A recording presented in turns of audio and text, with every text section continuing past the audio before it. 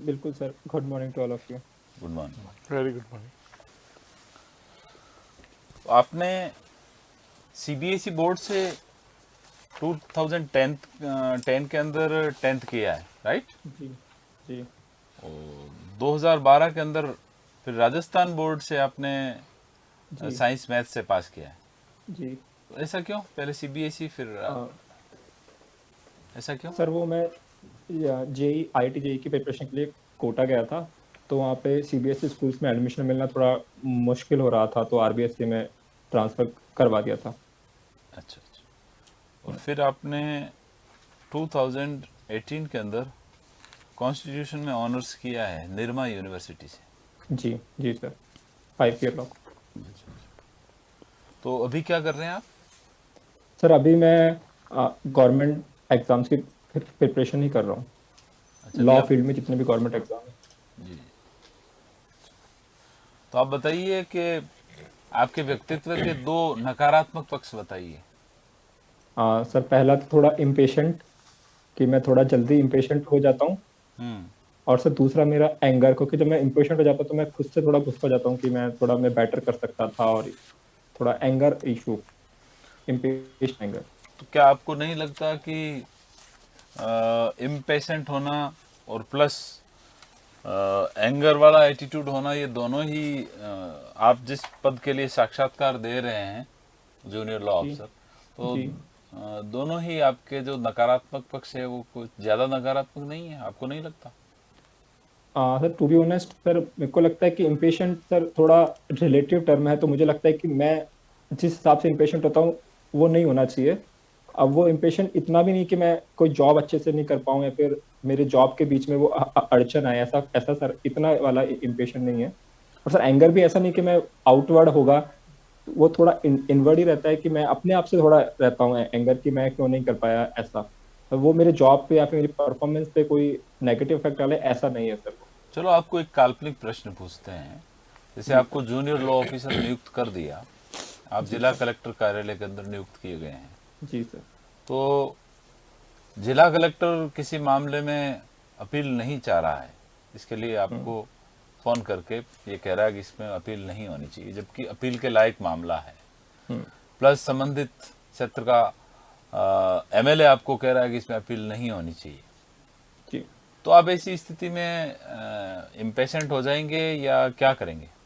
नहीं सर, मैं बिल्कुल इम्पेशेंट नहीं होऊंगा। मैं अपने रीजंस का सहारा दूंगा कि इसमें अपील क्यों होनी चाहिए, किन किन पॉइंट है जो इस पे मैं अपील होने चाहिए, कौन कौन लॉ के पॉइंट है, कौन कौन फैक्ट के पॉइंट है जो सही से नहीं हो पाए और जिनको अपील में हम आर्ग्यू कर सकते हैं, उनमें केस ढूंढ के दूंगा। मतलब एक पूरा एक ऐसा बना के दूंगा उनको, पूरा परफॉर्मा, या फिर मेरे रीजन से उनको कन्विंस करने का ट्राई करूंगा कि ये पूरा एक उपयुक्त केस है कि इस पे अपील की जाए।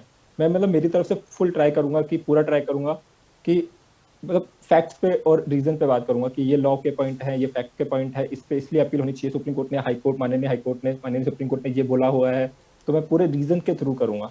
नहीं, फिर भी आप समझते हैं कि जिला अधिकारी हैं, आपके बॉस भी हैं, तो हम्म। फिर आपको नहीं लगता वो नाराज हो जाएंगे, आपका नुकसान हो सकता है?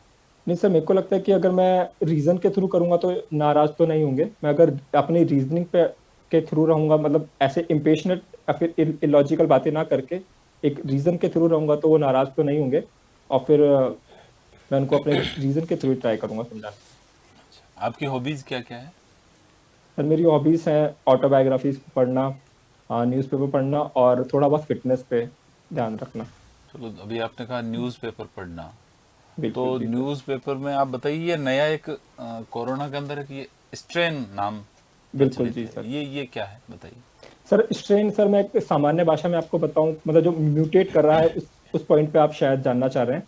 तो मैं जैसे अपन कोई चीज की कॉपी करते हैं, तो थोड़ा बहुत ऊंचे हो जाता है, तो वो जैसे ही वायरस दूसरे बॉडी में जाता है तो अपने आप को कॉपी करता है, तो सर वो पूरा ढंग से कॉपी नहीं कर पाता, 99.99% कॉपी कर पाता है, तो वो 0.1% जो डिफरेंस आता है, तो सर उससे स्ट्रेन में डिफरेंस पैदा होता है। तो ऐसे डिफरेंट डिफरेंट स्ट्रेन बनते जाते हैं, डिफरेंट डिफरेंट कॉपीज बनती जाती है सर। जी जी। तो सर अभी ऐसा हो गया कि जो बहुत प्रोमिनेंट स्ट्रेन था, जिसको जिसको मद्देनजर रखते हुए सब वैक्सीन्स बनी थी, और जिसको लिए हमने सारे के सारे मेडिकल जो सिस्टम्स हैं उसके हिसाब से डेवलप किए थे या फिर कर रहे हैं, तो वो स्टेज में थोड़ा चेंज हो गया है सर। तो इस वजह से थोड़ी समस्या पैदा हो रही है। उस पे चल रहा है कि ये वैक्सीन कारगर होगी कि नहीं होगी, जो अभी हम मेडिकल चीजें एडमिनिस्टर कर रहे हैं वो कारगर होंगे कि नहीं होंगे। अच्छा चलो, आप लॉ के बारे में कुछ पूछते हैं आपसे बिल्कुल जी सर। कि ये सेक्शन 164 सीआरपीसी में क्या है? सर सेक्शन 164 सीआरपीसी मजिस्ट्रेट के सामने कन्फेशन और स्टेट के रिकॉर्डिंग के बारे में है सर। सर इसमें कोई भी पर्सन या फिर एक्यूज जिसको अपना स्टेटमेंट या कन्फेशन रिकॉर्ड करवाना होता है तो वो मजिस्ट्रेट के समक्ष प्रस्तुत हो सकता है, जेएमएफसी मेट्रोपोलिटन या फिर मेट्रोपोलिटन मजिस्ट्रेट। उसके बाद क्षेत्राधिकार होना जरूरी नहीं है, जो जुरिडिक्शन वहाँ पे आके अपना या तो पुलिस प्रोड्यूस करती है या फिर वॉलेंटियरली अपना कन्फेशन, अगर वो अक्यूज हुआ तो, और कोई अदर पर्सन है तो अपना स्टेटमेंट रिकॉर्ड करवा सकता है। तो उससे पहले कुछ एक फॉर्मेलिटीज होती हैं, इसमें जुडिशियल मजिस्ट्रेट तो ये देखेगा कि ये वॉलेंटरी तो है या फिर किसी दबाव में तो नहीं कर रहे हैं या फिर उसे देने की कंडीशन में है कि नहीं है। तो उनको बताएंगे भी कि अगर आप इसका देते हैं तो आपके अगेंस्ट इसको यूज कर सकते हैं। तो ये सब फॉर्मेलिटीज के साथ वो कन्फेशन या फिर स्टेटमेंट रिकॉर्ड किया। कन्फेशन आपने भी बताया 164 में रिकॉर्ड किया जाता है और 7 अदर स्टेटमेंट भी रिकॉर्ड होते हैं। एक एविडेंस लॉ में प्रावधान है कि admitted fact need not to prove. जी सर। राइट। और जो कन्फेशन होता है वो भी एक तरह का एडमिशन है। जी sir. Can I say that confessed fact need not to be prove? Medium आपका इंग्लिश ही है, राइट? बिल्कुल सर। बताएं सर। कन्फेशन, हाँ सर आपकी बात सही है कि कन्फेशन भी एक एडमिटेड फैक्ट है, लेकिन सर जिस सेक्शन की आप बात कर रहे हैं 58 में, उसमें ऐसा है कि कोर्ट चाहे तो बोल सकते हैं कि उसको प्रूव करने का बोल सकते हैं। सेक्शन 58 का आपने जिक्र किया है। जी सर। 58 कन्फेशन को कवर करता है? सर एडमिशन को कवर करता है। एडमिशन के अंदर का पार्ट एक one of the species confession है। आपके अनुसार तो कन्फेशन को कवर कर रहा है ना, क्योंकि एडमिशन में आप कह रहे हो कन्फेशन इंक्लूड है। जी सर। जी सर। 58 उसको कवर कर रहा है। जी सर। आपके अकॉर्डिंग, राइट? चलिए ठीक है। ये जो कन्फेशन होता है ये सिर्फ अपराध का ही हो सकता है या अपराध से संबंधित दूसरी चीज का भी हो सकता है? सर एक पक्काला नारायण स्वामी करके एक बहुत प्रिवी काउंसिल का केस है, उन्होंने एक डेफिनेशन दिया था सर। उसके हिसाब से कन्फेशन होता है जो गिल्ट को आप बोलना कि मैंने, मतलब गिल्ट को एडमिट करना या फिर ऐसे सारे टर्म्स को एडमिट करना जिससे गिल्ट एडमिट हो रहा हो, उसको कन्फेशन बोलते हैं। तो कन्फेशन ये होता है कि मैंने क्राइम किया है, ये तो डायरेक्टली बोलना है, फिर सारे उन इंग्रेडिएंट को बोलना कि ये मैंने किया है जिससे क्राइम साबित हो रहा हो, उसको सर हम कन्फेशन बोलते हैं। कन्फेशन सिर्फ एक्यूज ही कर सकता है, अभियुक्ति कर सकता है? जी सर। जी सर। अदर पर्सन नहीं कर सकता, राइट? जी सर। दो शब्द हैं, एक होता है एडमिशन ऑफ फैक्ट, एक होता है एडमिशन ऑफ एविडेंस। क्या डिफरेंस है दोनों में? सर हम एविडेंस से फैक्ट को प्रूव करते हैं। तो हम किसी को एविडेंस देते हैं तो उससे हम फैक्ट प्रूव करने के लिए देते हैं। जैसे हम बहुत सारे एविडेंस देंगे तो एक कोई फैक्ट प्रूव होगा, तो सिर्फ फैक्ट को प्रूव करने के लिए या डिसप्रूव करने के लिए भी दिए जा सकते हैं? हाँ सॉरी सर, मतलब प्रूफ और डिसप्रूव करने के लिए हम एविडेंस को देते हैं जिससे हम फैक्ट को प्रूव किया जाता है। तो डिफरेंस क्या हुआ दोनों में? ये तो आपने पॉइंट बताया, ठीक है सर। वो एक स्टेज है, वो एक कंक्लूजन है सर। एविडेंस को हम एडमिट करेंगे तब हमारा एक फैक्ट एडमिट होगा। अगर मैं इसी सवाल का जवाब थोड़ा सा धाराओं के नंबर बता के देना चाहूँ तो क्या रहेगा? सेक्शंस के नंबर बता के देना चाहूँ तो admission of fact and admission of evidence. Sorry sir, अभी तो मैं कोर्ट के पास कहीं ऐसे सेक्शन में पावर है जहाँ पर वो एविडेंस को एडमिट करने की शक्तियाँ रखता है? हाँ सर, एविडेंस का मुझे सेक्शन याद आ रहा है 136 में है एविडेंस को एडमिसिबिलिटी करके। अभी आपने सर के साथ एक चीज देखी कि आप न्यूज़पेपर वगैरह पढ़ते हैं? बिल्कुल सर, थोड़ा। हाँ, तो न्यूज़पेपर हिंदी या इंग्लिश कौन सा प्रेफर करते हैं आप? दोनों, मतलब अभी तो ऐसे आता था इंग्लिश है, लेकिन मैं ऑनलाइन ट्राई करता हूँ कि मैं हिंदी भी पढ़ता हूँ। कुछ ऐसे न्यूज़पेपर के बारे में जानकारी है जो डायग्लोट एडिशन में होता है, जिनका मतलब हिंदी वर्जन भी आता है और इंग्लिश वर्जन भी आता है? सर नहीं सर, इसकी तो कोई जानकारी नहीं है। इसकी जानकारी नहीं है। चलिए, न्यूज़पेपर में क्या पढ़ते हो आप? उसमें भी अलग अलग सेगमेंट होते हैं, कुछ 4 सेगमेंट के नाम पता है आपको न्यूज़पेपर के? हाँ सर बिल्कुल सर, जैसे एक ओपिनियन वाला होता है और एक स्पोर्ट्स होता है सर, एक सर पॉलिटिक्स के नीचे वो पॉलिटिक्स के अंदर आता है सर, एक सर विविध में आता है, मिसलेनियस। नहीं, कुछ ऐसे जैसे एक तो होता है ये क्लासिफाइड एडवर्टाइजमेंट का सेगमेंट हो गया। बिल्कुल बिल्कुल बिल्कुल। एक एडिटोरियल का सेगमेंट हो गया। हाँ सर। ऐसे न्यूज़पेपर एक अलग अलग सेगमेंट में डिवाइड हो रखा होता है, उसके बारे में जानना चाह रहा था मैं। चलिए कोई बात नहीं, ये न्यूज़पेपर वगैरह जो भी होता है ये कौन से कानून के तहत गवर्न होता है? क्या इसको गवर्न करने का कोई कानून होता है क्या? यस सर, अभी मेरे को रिकॉल अच्छे से कर पा रहा हूँ तो प्रेस काउंसिल एक इनकी संस्था है जो इनको गवर्न करती है। एंड मैं सर थोड़ा सा टेलीग्राफ कानून एक्ट, के बारे में जानना चाह रहा था, टेलीग्राफ संस्था एक्ट, संस्था के बजाय कानून के बारे में जानना चाह रहा था। टेलीग्राफ एक्ट शायद। टेलीग्राफ एक्ट बना हुआ जो इसको गवर्न करता है। चलिए, एक जेएलओ होने के नाते आपको डिपार्टमेंट की एक न्यूज़ है जो प्रेस में देनी है, क्या आप प्रोसेस फॉलो करोगे? सर पहले मैं उसका एक परफॉर्मा बनाऊंगा कि वो न्यूज़ कैसे जानी चाहिए, किस क्या शब्दों का चयन होना चाहिए, क्या सब तैयार है, क्या रेडीमेड है आपके पास, कोई दिक्कत नहीं है, आगे बताएं। सर मैं एक जो वहाँ पे न्यूज़ के वो होते हैं रिपोर्टर होते हैं, जो लोकल रिपोर्टर होंगे, मैं उनसे संपर्क करूंगा और सर उनको वो न्यूज़ भेजूंगा अगर कि ये न्यूज़ हमारे डिपार्टमेंट से है जो कि जनता को पता चलनी चाहिए, तो सर मैं उनको वो न्यूज़ प्रेषित करूंगा और वो अपने हिसाब से उसको एडिट कर सकते हैं क्योंकि लास्ट एक्सप्रेशन उन्हीं का होना चाहिए। एक दस्तावेज है जो एक्चुअली सरकारी कार्यालय द्वारा भेजा जाता है, उसके माध्यम से ये न्यूज़ है जो रिपोर्टर तक पहुंचती है ऑफिशियली। आप जानते हो दस्तावेज का नाम क्या है? नहीं सर उसके बारे में मुझे बिल्कुल आइडिया नहीं है। उसके बारे में जानकारी है। Okay sir. नमस्कार भाई। नमस्कार। ऐसा है कि भारतीय संविधान में प्रस्तावना, उसको विद्वानों ने भारतीय संविधान की आत्मा कहा है। आपका क्या विचार है? सर जैसा कि आपने बोला कि विद्वानों ने कहा है और एकदम राइटली ऐसा कहा है उन्होंने, क्योंकि सर जो हमारे आइडियल्स थे जब हमारे पूर्वज इस कॉन्स्टिट्यूशन को बनाने के लिए एकत्रित हुए थे कि वो कैसा कंट्री का निर्माण करना चाहते हैं, सर वो एक गोल है जिसकी तरफ हमें कंटिन्यूस बढ़ते रहना है। जैसे उसमें जस्टिस की बात कही है, इक्वालिटी की बात कही है, तो वो एक गोल है जो कभी हमें हमेशा उसकी तरफ बढ़ते रहना होगा। इसलिए वो एक आत्मा कहा गया है कि पूरा कॉन्स्टिट्यूशन उसी के लिए समर्पित है, पूरा जो हमें उस गोल की तरफ जाते रहना है, जाते रहना है, जाते रहना है। इसलिए सर उसको, और वो आइडियल से जो हमें अचीव करना है एक आइडियल नेशन बनने के लिए, एक अच्छा कंट्री बनने के लिए। न्याय कंसेप्ट क्या है? आत्मा, ये अपने जो आपने कहा कि भाई प्रस्तावना जो है संविधान की आत्मा है, उसमें एक न्याय शब्द आया है, जस्टिस। इसके डायमेंशन क्या है? सर उसमें 3 तरह के डायमेंशन की बात की है, सोशल, इकोनॉमिकल और पॉलिटिकल। सर सोशल मतलब कि हम सब एक है, हम सब बराबर हैं, कोई कास्ट कोई रिलीजन कुछ नहीं। सर इकोनॉमिक की बात की, सबको सब एक अपने इकोनॉमिक डेवलपमेंट की इक्वल अपॉर्चुनिटी मिलेगी। वो जस्टिस ही, अगर हम सबको इक्वल अपॉर्चुनिटी देते हैं, गर्ल्स को भी, और चाहे लोअर कास्ट होती है चाहे अपर कास्ट, सबको एक इक्वल अपॉर्चुनिटी मिलनी चाहिए, तो वो एक जस्टिस का पार्ट हो गई। और पॉलिटिकल अपॉर्चुनिटी मिलनी चाहिए कि मैं कोई भी किसी का अगर वो चुना जाता है तो वो पॉलिटिकल रिप्रेजेंटेटिव बन सकता है। तो उस तरह के 3 तरह के डायमेंशन बताए गए हैं सर। आर्थिक न्याय से आप क्या समझते हैं? तो आर्थिक न्याय से ये कि सबको अपना ट्रेड करने का अधिकार है विदाउट डिस्क्रिमिनेशन की इस कास्ट के लोग इस तरह के ट्रेड नहीं कर सकते, और अपने आप को एक्सेल करने का, जॉब करके भी हम इकोनॉमिक अपने आप को कर सकते हैं। हर तरह का उनको कोई वो नहीं है, डिस्क्रिमिनेशन नहीं होगा, इसलिए सबको इक्वलिटी रहेगा, न्याय रहेगा। सरकार को नीति निर्देशक तत्वों के जरिए आर्थिक न्याय प्राप्त करने के लिए क्या क्या नीतियां बनानी चाहिए? या अभी कोई आपके ध्यान में है, कोई ऐसी नीतियां चल रही है? विगत सरकारों ने या वर्तमान सरकारों ने कोई ऐसी नीति बनाई है जिससे भारत की जनता को, भारतीय नागरिक को आर्थिक न्याय मिल सके? जैसा कि हम महिलाओं के संदर्भ में कहें तो ऐसे मैटरनिटी लीव देना भी एक आर्थिक न्याय ही है, क्योंकि वो आर्थिक उसमें बहुत अच्छे से पार्टिसिपेट कर सकते हैं अगर मैटरनिटी लीव मिले। Equal pay for equal work पे एक आर्थिक नीति 39D।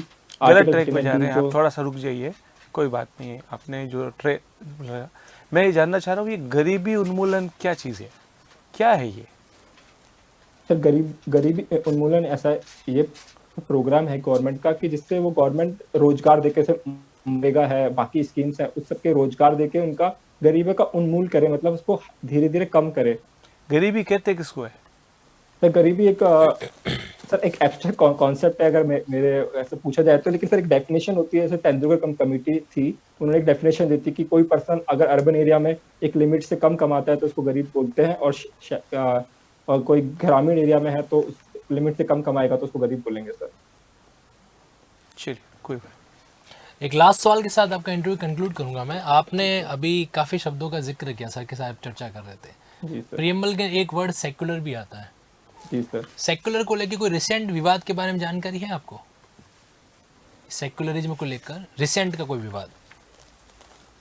सर एक PIL जरूर फाइल हुआ था कि सेक्युलर शब्द को हटाने के लिए सुप्रीम कोर्ट में, लेकिन उसको रद्द कर दिया गया था। और जब से सर जैसे कुछ पॉलिटिकल पावर्स आती हैं तो शायद थोड़ा बहुत होता ही है कि सेक्युलर भारत के शब्द होना अंदर चाहिए कोई कि नहीं होना यूनिफॉर्म सेक्युलर लॉ है? चाहिए। हाँ सर, सिविल देखिए हमारे सिविल तो एस्पेक्ट में, सिविल एस्पेक्ट में सिविल एस्पेक्ट में सर जैसे नहीं सर, मेरे को ऐसा ध्यान में नहीं आ रहा है सर। चलिए, नाम क्या है आपका इनका? ऋषि ऋषि गुप्ता जी। ऋषि गुप्ता जी, आप बहुत अच्छे लग रहे हैं मुझे दिखने में, लेकिन फिर भी मैं चाहूँगा कि वेशभूषा का विशेष ध्यान रखें आप, क्योंकि सरकारी कर्मचारी के लिए जो आपने पहन रखी है वो अच्छी नहीं है, एक मेरी ओर जी से, सर। ठीक है। जी सर। दूसरी चीज़ मैं ये आपको सजेशन करना चाहूँगा कि what is law, very good, क्या है कानून पता है, पर अब आपकी उम्र और आपका तजुर्बा अब ये कहता है, अब आपको पता होना चाहिए वाई इज़ लॉ, लॉ क्यों है, क्योंकि अब उस स्टेज पर आप आ चुके हैं कंपटीशन के एग्ज़ाम में, आपका नॉलेज ओवरऑल बढ़िया है। मैं इसमें यही चाहूँगा कि आप थोड़ा सा पॉलिसीज़ पर, थोड़ा सा इम्प्लीमेंटेशन पर, इन पर भी थोड़ा विशेष ध्यान रखें। मेरी ओर से बेस्ट ऑफ लक आपको, प्लीज। जी सर। सर की चीज़ में मैं इंक्लूड करना चाहूँगा, मैंने लिखा भी है कि वेशभूषा के साथ साथ जैसे आपके बाल भी थोड़े बड़े हैं, है ना, आप जिस पद को सुशोभित करने जा रहे हैं उसके अकॉर्डिंग आपके बाल होने चाहिए, ये दाढ़ी वगैरह भी सामान्य नहीं होनी चाहिए। इससे क्या व्यक्तित्व झलकता है आपका कि आप इस पद के लिए बिल्कुल उपयुक्त कैंडिडेट हैं। जी सर, मैं ट्रैवल कर रहा था, मैं बीच में कहीं रुक के मैंने ये कोई नहीं, तो ये ध्यान रखें, ये नोट कर लें। जी सर।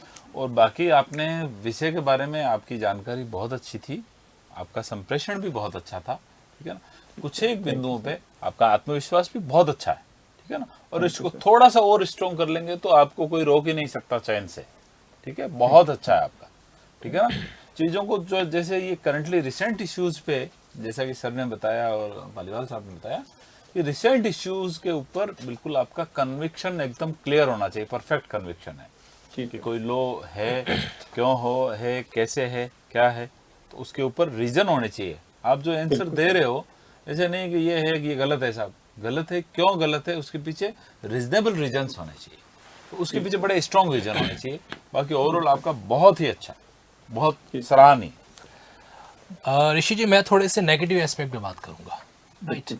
कई चीज़ें ऐसी है जहाँ पर हमारा कॉन्सेप्ट थोड़ा सा अच्छा होना चाहिए, जैसे कि मैंने आपके सामने सेक्शन 58 का, सेक्शन 58 आपने खुद ने मुझे दिया था, राइट, और जब हम 58 पर गए तो आपने एक्सप्लेन किया कि हाँ सर, कन्फेशन भी उसका पार्ट हो सकता है, जरूर वापस अच्छे से पढ़ना उसको। 58 में सिर्फ सिविल एडमिशन होता है, क्रिमिनल एडमिशन नहीं होता है, एडमिशन दो तरह के होते हैं, राइट, इसको नोटिस कीजिएगा।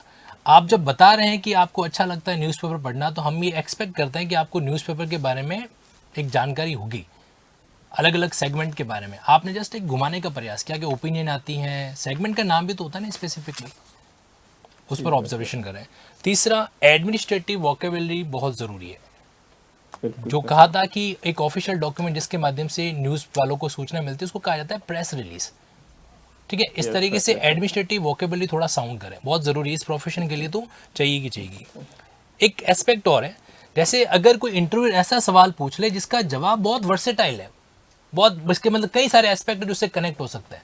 मैंने आपसे पूछ लिया सेक्युलर के संबंध में कोई रिसेंट इशू है क्या, ये सवाल ऐसा है जिसके बहुत सारे आंसर हो सकते हैं। उस केस में आपको इजाज़त होती है कैंडिडेट को कि वो थोड़ा सा खुद को इंटरव्यू पूछ ले, सर इस संदर्भ में आप क्या कोई लिटिगेशन के बारे में बात करना चाह रहे हैं, या कोई रिसेंटली कोई इस तरह का डिस्प्यूट हो रखा है उसके बारे में बात करना चाह रहे हैं, है ना। तो आप उसमें इंटरव्यू से ये चीज़ कन्फर्मेशन रख सकते हैं। बिल्कुल sir. Uniform civil law Bharat में बहुत है, ऐसा नहीं है कि यूनिफॉर्म सिविल लॉ नहीं है। आप इंडियन सक्सेशन एक्ट देखेंगे, या फिर आप जहाँ पर मैरिज एक्ट देखेंगे, ये सारे क्या है, ट्रांसफर ऑफ प्रॉपर्टी एक्ट है, कॉन्ट्रैक्ट एक्ट है, ये सारे क्या है, सेक्युलर लॉ है, ओके। तो इन पे थोड़ा सा विशेष जानकारी रखें। जैसा बाकी सर ने कहा, ड्रेसिंग प्रॉपर होना चाहिए, थोड़ा सा क्लीन शेव रखिए आप इसके अंदर, ओके। कॉलर लेस वाली चीज़ों को अवॉइड करो, से कॉलर है तो भी शायद यहाँ से नहीं दिख रहा होगा, तो थोड़ा सा उससे आपसे डिसेंट सी हो जाए तो और बेहतर हो सकता है। बाकी overall very good, all the best. Thank you sir.